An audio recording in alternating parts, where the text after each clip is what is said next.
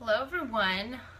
I was gonna say that I'm about to pop on anyways, but me and Molly are working on some new things, and one of them includes not saying popping in and saying anyways 1,000 times. So it's on my to-do list. So I'm trying to work on my transitions in and out of these things because what do you say? Guess you just get right to it. So my thing for today is Facebook. I wanted to pop on and tell everybody that I am not on Facebook anymore, which probably isn't news to some people, but I'm wondering if some of my friends just think that I dropped off the face of the earth, and I wonder if I should have said goodbye first and said, hey everyone, I'm getting off Facebook, nothing personal. But it was kind of like an impulsive thing. I'm really trying to, in my quest for minimalism and self-awareness, it was just kind of like one of those things one day where I was just like, okay, enough is enough. It was the political stuff, and yeah, I think it was basically the political stuff that just killed me. Getting on every day and seeing people that I love be so passionate about a side and feeling like I couldn't support either side was tough for me, you know, because I love everyone and I want to support everyone in their opinion. I think everybody has a right to their opinion. And I feel like Facebook started to get less about their families and more about their political opinions. And just for me, it really wasn't doing my life any good because it seems so divisive for a period of time there, you know. And I love everyone, and I don't love everyone, that's a lie. I love most people, but I don't know, I miss the old Facebook, you know, when it was the Facebook. And I still love Facebook for certain things. I do love keeping in touch, and I'm just joking about the politics. That was part of it. But, you know, seeing everybody's pictures about their kids and stuff, it's cool. I mean, there's a part that I miss definitely about keeping in touch with people that I don't see often, and family and friends and stuff. But it definitely comes at a cost, because I know, you know, you see another 20-month-old doing certain things and you're wondering, why isn't my 20-month-old doing these things? Or I don't even know. You know, Facebook is it's like one of those things where you can't live with it and you can't live without it. And it's been like a month since I've been off, and I have to say I don't really miss it. I'm on Instagram. If anybody wants to follow me over there, I'm Cooley Jimmock, which Joe came up with. I was like, I need something that says Julie Kimmock, but not Julie Kimmock. And he was like, how about Cooley Jimmock? And I was like, yes, that's it. So I'm over there if anybody wants to follow along, because I love pictures, and I do love keeping in touch. For some reason, Instagram doesn't have as big of an impact on me as Facebook did. Facebook, like I said, just with politics lately, and a lot of people disagree with me on that. A lot of people like politics, like to be able to voice their opinion on Facebook, and I heard recently that they feel like it's kind of their only platform, which I totally get too. Just for me and where I'm at in my life, it's a tough thing. So between that and, you know, just studying minimalism a lot lately, I have been trying to minimize the amount of content that is in my face all the time. I love Facebook to read articles about the minimalists and fooding, because I'm trying to do like this whole plant-based diet thing, which is new to me, and Joe is like a complete carnivore, so we're trying to balance our life between his meat addiction and my quest to not get cancer from these crazy animal additives or whatever you call them. I don't know, it's fascinating to me. I'm completely new, so I don't mean to offend anybody that is a vegan or vegetarian. I'm kind of new to it. That's why I like to say plant-based diet, because I like to keep things generally plant-based, you know, even though I like meat. But I saw one video, Forks Over Knives, that documentary, and it wasn't pleasant. It's not, you know, for the longest time you just kind of eat your meat, not really realizing what's in it or where it comes from or what happens. And I have such a soft spot for animals, and seeing everybody, you know, packed into their little cages and stuff, it just got me. So I'm trying that now. But I love following those guys on Facebook, and I don't know, you know, the groups I love. There's certain blogs I follow and all the fun stuff. I like to keep Facebook fun. So I still have it, obviously, for Raw Honey Mamas to do this stuff. And I still have my friends and my family, or not my friends, sorry, no friends. Not even Molly was allowed, because I said if I let Molly on, it's like, where does it end? You know, I'd just invite everybody else, because I do want to be friends with everybody, and I should have just like unfollowed people that got me, but then I was like, that's kind of dumb.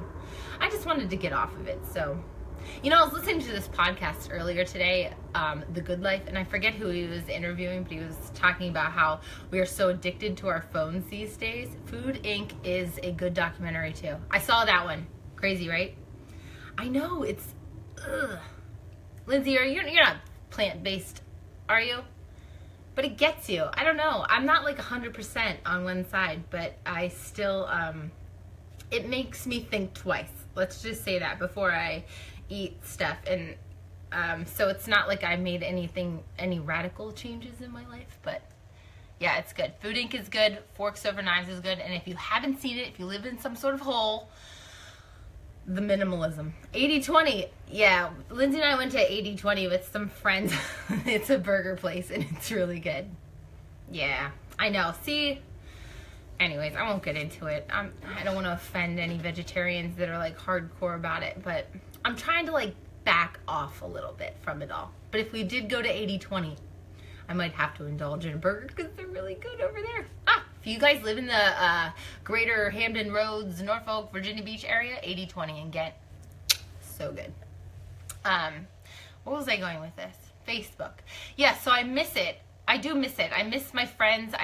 No, you meant 80-20 plant-based. Oh, geez, Lindsay. Fine. Yeah, that's kind of me too. Also, if you live in Ghent, go to 80-20 because it's amazing. But Lindsay meant 80% plant-based, 20% meat. That's me. I feel like that's how I've been trying to live my life lately, is 80% working out, 20% being a big slob on a big slob kebab. That's my new favorite sentence. Is a sentence? Like phrase, catchphrase. Besides cash me outside. I feel so cool when I say that. I'm like still hip. 31. I'm still hanging with the, you know, Joe lately, I'm going off such a tangent here, but Joe comes home from the boat lately with all of these like phrases. I don't know if Lindsay's husband, I feel like Lindsay's husband is pretty cool, so he's probably the root of like the coolness, but he's saying all of these words. I'm like, what are you saying? Like cash me outside. He had to educate me on cash me outside. And then there's a new one. I don't know. Oh, dope. He says dope like he's 18. It just like, when he says it, I'm like, what are you doing? Anyways, I'm on this tangent, but people have asked me lately if I miss Facebook, and I do miss catching up with old friends, but again, I don't think the benefit for what I get is, Aaron said, I can't even get through my thing, y'all. It's clean sheet day in my house, and yes, my bed is unmade. My sheets were straight up gross, and today I was like, I cannot do one more day. So it is unmade. I watched a documentary one time, or was it not a documentary? It was a, like somebody gave a commencement speech at a graduation or something, whatever they say. Clean sheet day, it's the best. And they said, make your bed first thing every morning, and it like will change your life. So I've been really trying to make my bed every day, because I'm OCD. I'm not gonna lie. If you come over to my house, it is pretty clean because I'm obsessed. Like, I have a problem and I enjoy it, like, which is sick. Who like every Tuesday I get excited because it's garbage day, and I'm like, what can I throw away today? I get so excited. Except today, yeah, it's disgusting. So it is gross. I need new pillows. Like, when you strip everything off, you're like, ugh, just gonna put stuff back on. I'll just put everything right back on. But yeah, I usually try and make my bed. Also, because Brick lays on it all the time, and if I didn't make it, he would just get his dog fur in the sheets as opposed to just on top of the sheets. So I try and make it. Oh man, I have problems.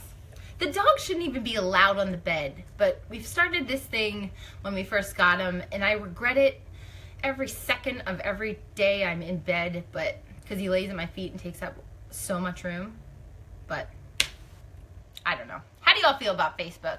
There's so many people on. Look, I have 5 live visitors. One is Molly. Hi, Moss.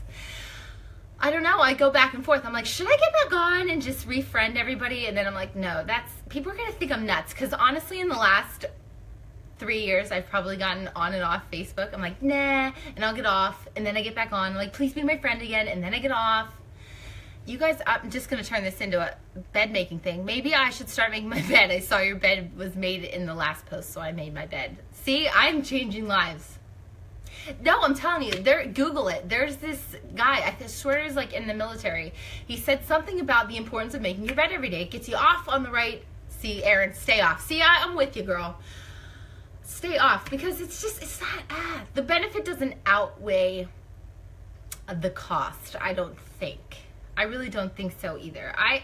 Unlike making your bed, I feel like making my bed brings me a lot of joy throughout the day. Being on Facebook doesn't. So, yeah, I don't miss it. I will say that my husband's in the military, and the whole, like, the group of people on his boat, that, like, the wives, that's how we all communicate with each other. And I got off everything except for my my family, because my 80-year-old grandma, this is a true story, got on Facebook the very day that I was like, that's it, I'm getting off Facebook. And I'm like, I can't, me and my sister are the only ones with grandkids, that she doesn't obviously get to, or with great grandkids, so she doesn't get to see them very often. So I couldn't get off Facebook, like I couldn't unfriend grandma the very day she gets on for the first time. Like my grandmother getting on, she's not like one of those hip grandmas. I love you so much. She's like traditional, amazing like what you envision as a grandma, like amazing cook, and just so funny and would do anything for anyone, but not like every time I text her, I'm like, look at you go, grandma. So the day that she got on Facebook, I was just like blown away, and I could not completely get off Facebook then. If Grandma O was gonna get on Facebook, I couldn't get off. So I kept like 30 of my family. Like I kept aunts and uncles, and like obviously my mom and dad and my sister, and I even got rid of the kids, like my younger cousins. I love them all. They crack me the heck up. But I had to draw the line, because we've got a lot of cousins on my side, and then Joe on his side of the family. So I kept it to like 30 people. And, you know, I pop on every now and again just to like share pictures of the kids, because I know everybody does enjoy seeing them, and it's super annoying to have to text the same picture to 30 different people. So it is useful in that way. But other than that, I really don't miss it, except for when the wives do something through Facebook with Joe's work, that I'm like, I always feel like I'm like left out, and I always feel bad, because somebody's always like, oh, don't forget to text Julie because she's not on Facebook anymore. And I'm like the big nuisance of the group, who people have to email, like that's so old school now. Like people don't email each other anymore. And text groups, they didn't want to start a text group because they don't want like the dings to be going off all the time with 30, like I think there's like what, 15 or 18 of us pinging all the time. So I totally get it, but I still don't want to get back on. And if I miss out on dinner, you know, so be it. It is what it is. I can't start it again. The groups and the because it's like Pringles. You can't just have one. You got to invite the whole group, and then it's college people and high school people that I don't talk to. And then it's like neighborhood kids from 6th grade that, yeah, it's like a rabbit hole of things. So I got off, but I do miss it. I don't miss it enough to get back on, and I appreciate, send a pigeon to Julie. Yeah, if anything is happening in life, can you just send me a pigeon? Like my friend, I was actually so proud of myself the other day. My friend texted me the other day and was like, said something about hopping on to guess when April was going to give birth. And she was like, I said, what are you talking about? What is in April? And she's like, the giraffe. Like, do you live under a rock? And I'm like, this is how cut off I am from the world today. I had no idea. I do now. And thank God I have Joe to keep me hip with all the lingo. And I'm pretty sure that that's Brian that's doing that. So thank you, Brian. Shout out. So that I can use words like dope and still feel cool about myself, and the whole Cash Me Outside, because had I missed that, I would have been super sad. But I miss out on all these like cool things because I really don't watch the news too much anymore. I try and stay off Facebook. And it's been good, you know. I just like, I get stuck in that whole comparison thing. Like it's not even about everybody else. Like there was a point in my life where I was like, I would get really envious of other people, but then it was just, then it got to a point where Facebook would make me feel like I wasn't enough, and then I would start to question my relationship with Joe. Like, we're not dating enough, we're not romantic enough, and then it's like, what kind of mom am I, because I'm not doing all these things, and it's like a rabbit hole again of things that I felt like I wasn't doing as a mom and as a wife and as a friend. So, you know, I had to really limit myself because Molly and I have been talking a lot about anxiety, and I just am trying to hone it all in. I'm trying to surround myself with positive people, positive things, like the minimalists. I love them. The documentary stuff, like fun stuff on Facebook. Instagram, I love Instagram because it's like one picture. I can handle one picture. Less Facebook and less news has helped me so much too. I'm with you, right? It does. I mean, somebody challenged me the other day, and Molly and I talked about this the other day. If you hear whining, it's this dog. He's taking a nap, and he starts to like whine in his sleep. But Molly and I were talking about how when we did the Mops Talk the other day, somebody kind of challenged us when I said to surround yourself and cut. I guess I made it sound like cut yourself off and don't let anybody in. That's not what I meant at all. But I think is what I got from it, was that she feels that we all have like a duty to our country to make a difference and to have a voice, and I agree to some extent. It's tough to do, like, to rally. I am uneducated, so embarrassingly so. I wish I knew more about politics and like the whole feminist movement. I don't fully understand it, which please don't attack.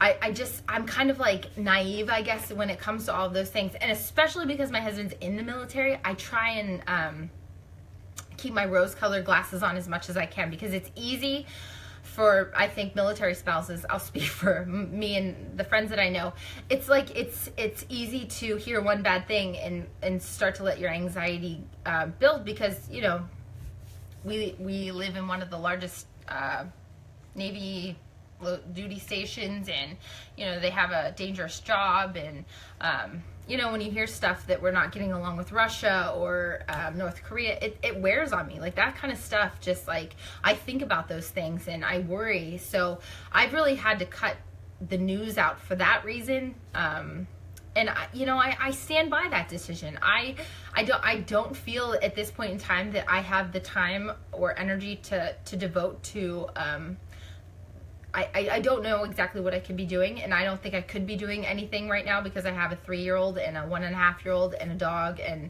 I'm just kind of here doing my mom thing. So my contribution is just raising my kids to be kind myself. I'm really working on like the judgmental stuff, and doing more for my neighbor, and giving in this way. This is what I can do. I feel like if I open myself up and show a little vulnerability in my journey, kind of where I was and where I am, I feel like that's kind of my way of helping. I probably am not changing lives on a big scheme, but I would like to think that I'm helping some people. You know, I know for a fact that I'm at least making a difference in my own home, that I'm much more pleasant to be around. I'm a better mom, so I'm just going to keep doing the things that I know, and I'm just going to keep chugging along with my blinders on, and without the news and without Facebook, because I feel like it makes me a better person. It makes me happier, and I don't wake up with anxiety. I don't fear going out in the world as much if I'm not watching the news every day. I think it's a terrible way to get your day started. I love Matt Lauer, and I do miss Matt Lauer. If anybody knows me well, they know I have a thing for Matt Lauer. It's so weird. I do. I don't know why. I just think he's so devilishly handsome.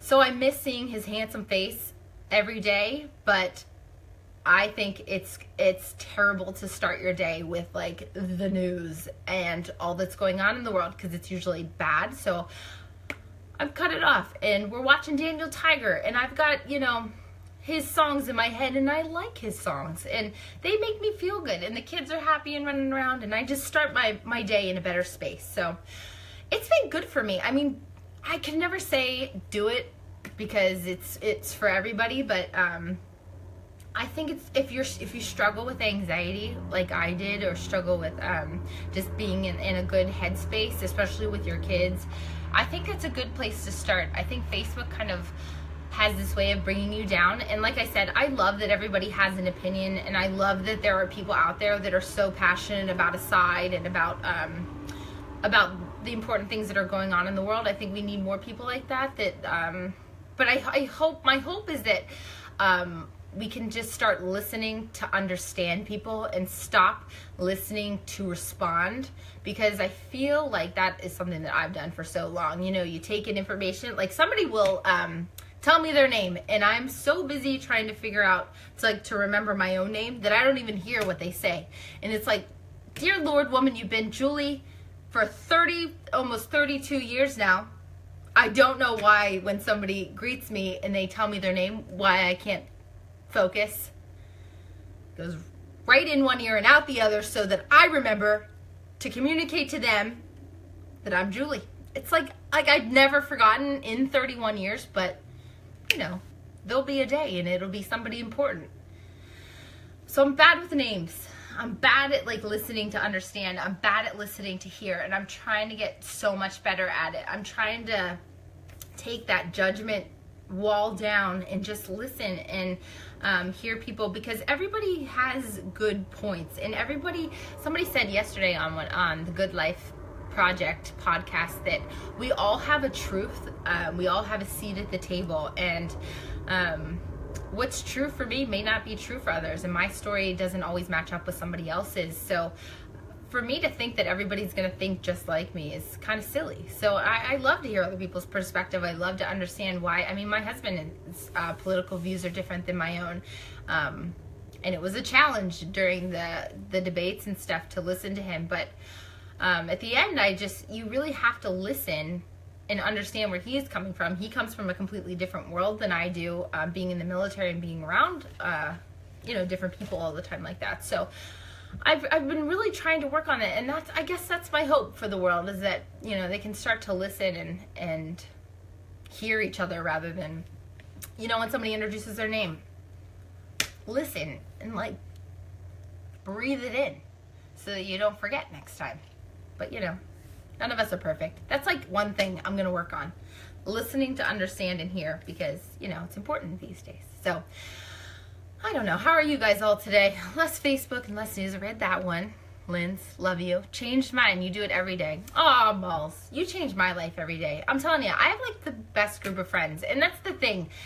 Being on Facebook has allowed me to invest in the relationships that I have more, that are like real relationships. I call people, and even if it's a text, I'd rather text people than Facebook. I mean, I like Facebook to a degree, but you know, I got to a point in my life this year where I felt like, especially every time you move in the military, you pick up another few relationships and more relationships and more relationships.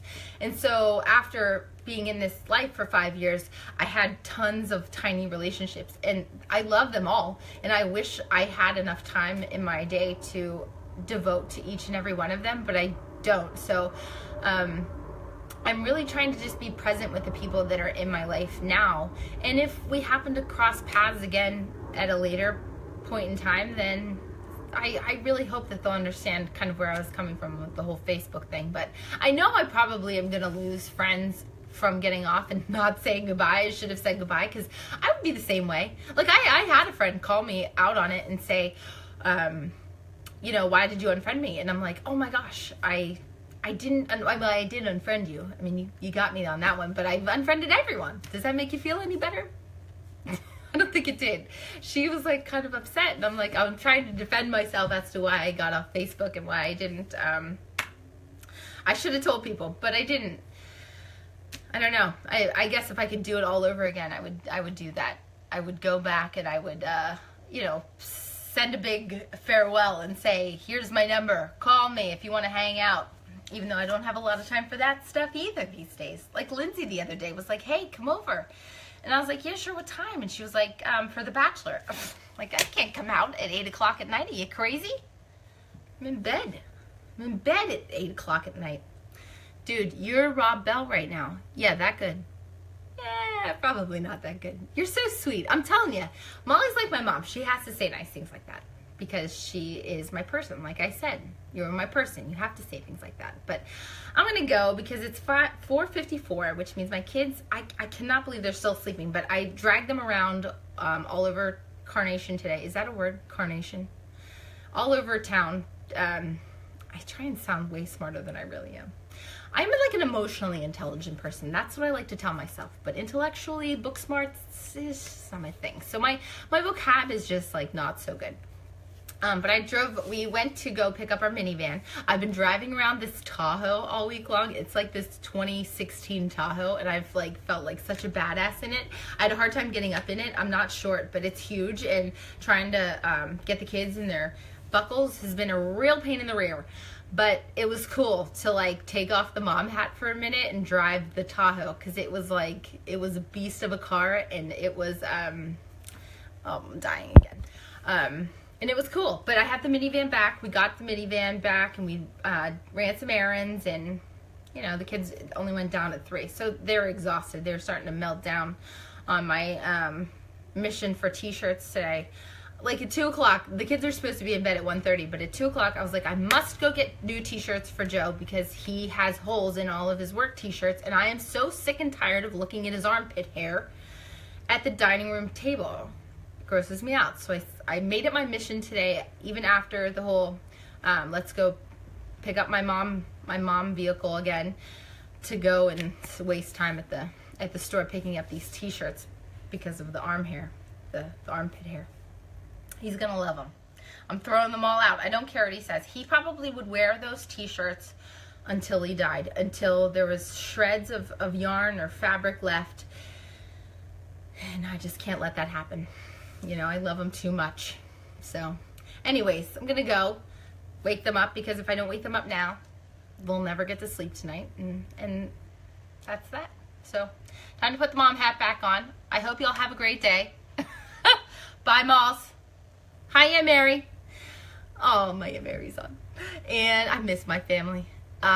Lindsay and Aaron and anybody else out there that's listening, I hope you guys are having a great day. Fill yourselves up. Damn it.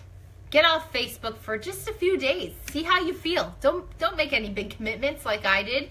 And if you do decide to get off Facebook, say goodbye.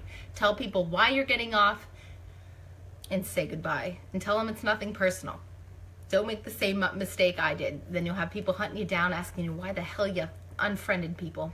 Now I have all of these people to answer to. Or people that will never talk to me again. But I guess that is hashtag minimalism at its finest, right? I won't lose you people, right? You 5. All right, kids. Next time.